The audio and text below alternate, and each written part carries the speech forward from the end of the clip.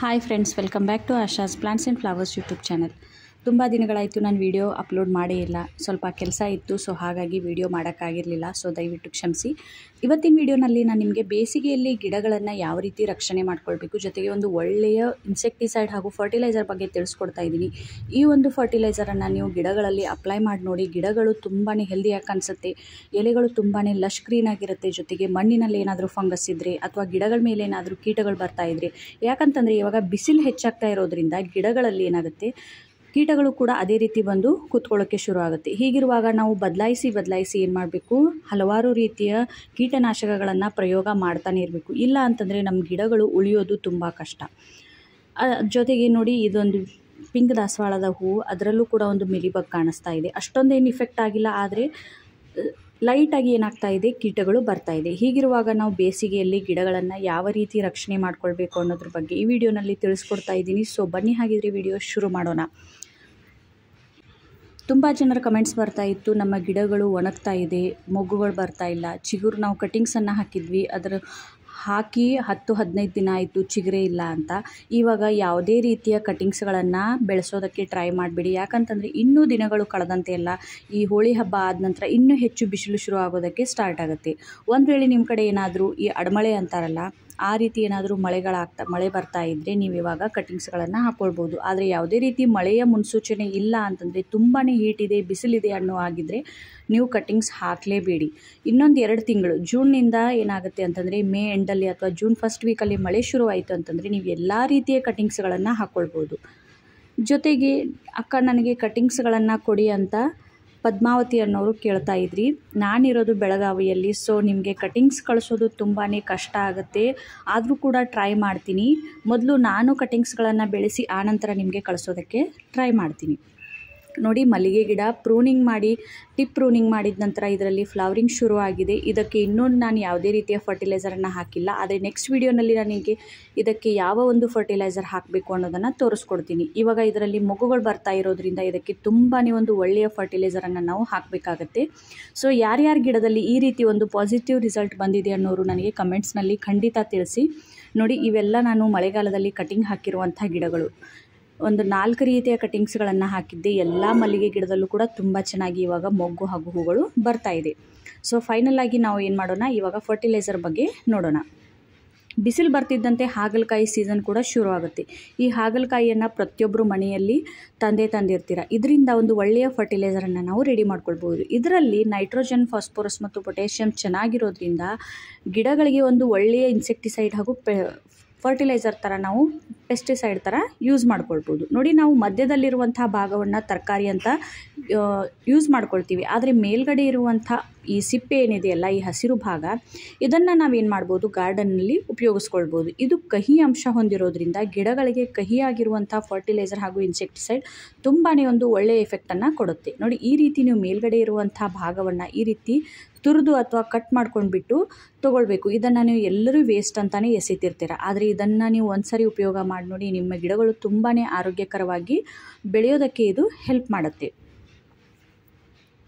ಕಿಚನ್ನಲ್ಲಿರುವಂಥ ಪ್ರತಿಯೊಂದು ವಸ್ತು, ಪ್ರತಿಯೊಂದು ತರಕಾರಿಯಲ್ಲೂ ಕೂಡ ನೈಟ್ರೋಜನ್ ಇದೆ, ಐರನ್ ಇದೆ, ಜಿಂಕ್ ಇದೆ, ಸೂಕ್ಷ್ಮ ಪೋಷಕಾಂಶಗಳಿರುತ್ತೆ. ಇದನ್ನು ನಾವು ಎಲ್ಲವನ್ನೂ ಕಿಚನ್ನಿಂದ ತೊಗೊಂಡು ಗಿಡಗಳಿಗೆ ಯೂಸ್ ಮಾಡೋಕ್ಕಾಗಲ್ಲ. ಹಾಗಂತ ಪ್ರತಿಯೊಂದನ್ನು ಎಸೆಯೋದಕ್ಕೂ ಆಗಲ್ಲ. ಯಾವ ಒಂದು ವಸ್ತುಗಳಲ್ಲಿ ಯಾವ ಒಂದು ನ್ಯೂಟ್ರಿಯೆಂಟ್ಸ್ ಇದೆ, ಅದರಿಂದ ನಮ್ಮ ಗಿಡಗಳಿಗೆ ಏನೆಲ್ಲ ಬೆನಿಫಿಟ್ಸ್ ಇದೆ ಅನ್ನೋದನ್ನು ನಾನು ಪ್ರತಿನಿತ್ಯ ನಿಮಗೆ ವಿಡಿಯೋನಲ್ಲಿ ತೋರಿಸ್ತಾನೇ ಇರ್ತೀನಿ.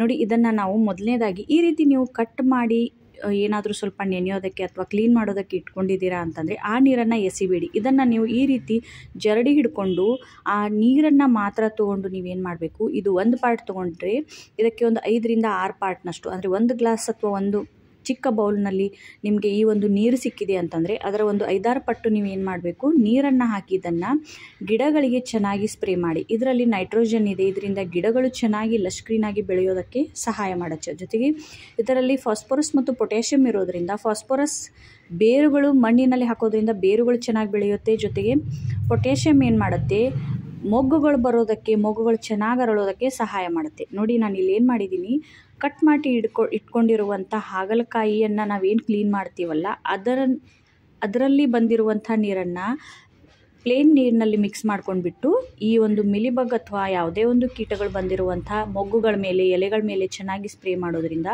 ಅವುಗಳೇನಾಗುತ್ತೆ ತುಂಬ ಬೇಗ ಅದರ ಪ್ರಭಾವ ಕಡಿಮೆ ಆಗುತ್ತೆ. ಕಹಿಯಾದಂಥ ಅಂಶವನ್ನು ಗಿಡಗಳಿಗೆ ಸ್ಪ್ರೇ ಮಾಡೋದ್ರಿಂದ ಕೀಟಗಳು ಬರೋದು ತುಂಬಾ ಕಡಿಮೆ ಆಗುತ್ತೆ. ಸೊ ಫ್ರೆಂಡ್ಸ್, ನೋಡೋದ್ರಲ್ಲ ಯಾವ ರೀತಿ ವೇಸ್ಟ್ ಅಂತ ಎಸೆಯುವಂಥ ಹಾಗಲಕಾಯಿಯ ಮೇಲಿನ ಭಾಗವನ್ನು ಗಿಡಗಳಿಗೆ ನಾವು ಯೂಸ್ ಮಾಡ್ಕೊಳ್ಬೋದು ಅನ್ನೋದನ್ನು. ನೆಕ್ಸ್ಟ್ ಬಂದು ಇದನ್ನು ಫರ್ಟಿಲೈಸರ್ ಥರ ಯಾವ ರೀತಿ ಯೂಸ್ ಮಾಡಬೇಕು ಅನ್ನೋದಕ್ಕಿಂತ ಮುಂಚೆ ನೀವು ಇದನ್ನು ಎಲ್ಲ ರೀತಿಯ ಗಿಡಗಳ ಮೇಲೆ ಸ್ಪ್ರೇ ಮಾಡ್ಬೋದು. ನೀವೇನಾದರೂ ಹಾರ್ಡ್ ಪ್ರೂನಿಂಗ್ ಮಾಡಿದರೆ, ಚಿಗುರು ಬರ್ತಾ ಇದ್ದರೆ ಆ ಒಂದು ಗಿಡಗಳ ಮೇಲೂ ಕೂಡ ಈ ಒಂದು ಇನ್ಸೆಕ್ಟಿಸೈಡನ್ನು ಸ್ಪ್ರೇ ಮಾಡಿಬಿಡಿ. ಇದರಿಂದ ಗಿಡಗಳು ಹೆಲ್ದಿಯಾಗಿ ಬೆಳೆಯೋದಕ್ಕೆ, ಅಥವಾ ನಮ್ಮ ಗಿಡದಲ್ಲಿ ಕೀಟ ಇಲ್ಲ, ಯಾವುದೇ ರೀತಿ ಇನ್ಸೆಕ್ಟ್ ಇಲ್ಲ, ನಾವು ಮಾಡಬೇಕಾ ಬೇಡವಾ ಅಂತ ನೀವು ಕೇಳೋದಾದರೆ ಖಂಡಿತ ಮಾಡ್ಬೋದು. ನೀವು ಈ ರೀತಿ ಮಾಡೋದ್ರಿಂದ ಬರೋದು ತಪ್ಪುತ್ತೆ. ಜೊತೆಗೆ ಏನಾದರೂ ಬಂದು ಈ ರೀತಿ ಅಟ್ಯಾಕ್ ಮಾಡಿದರೆ ಅವುಗಳು ಕೂಡ ಅಲ್ಲಿಂದ ಹೊರಟೋಗುತ್ತೆ.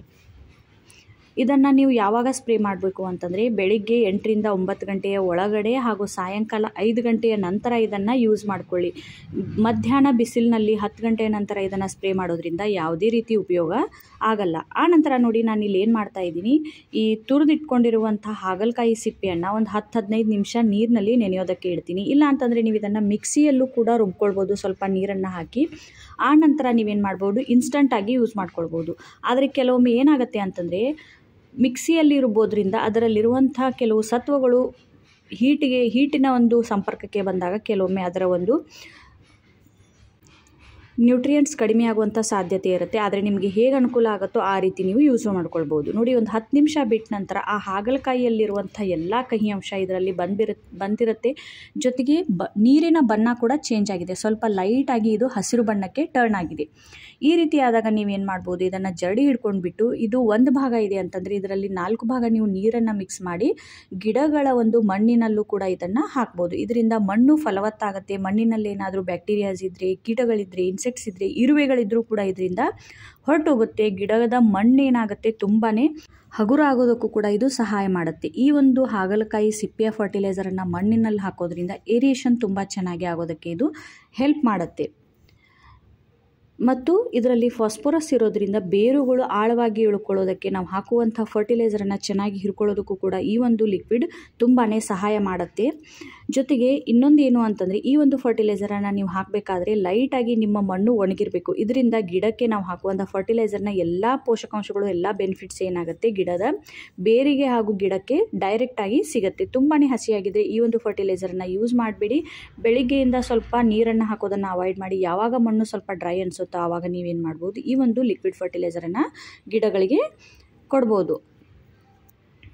ಜೊತೆಗೆ ಈ ಒಂದು ಫರ್ಟಿಲೈಸರನ್ನು ನೀವು 8 ದಿನಗಳ ಗ್ಯಾಪಲ್ಲಿ ಕಂಟಿನ್ಯೂಸ್ ಆಗಿ ಯೂಸ್ ಮಾಡಿ ನೋಡಿ, ನಿಮಗೆ ಖಂಡಿತ ಪಾಸಿಟಿವ್ ರಿಸಲ್ಟ್ ಸಿಗುತ್ತೆ.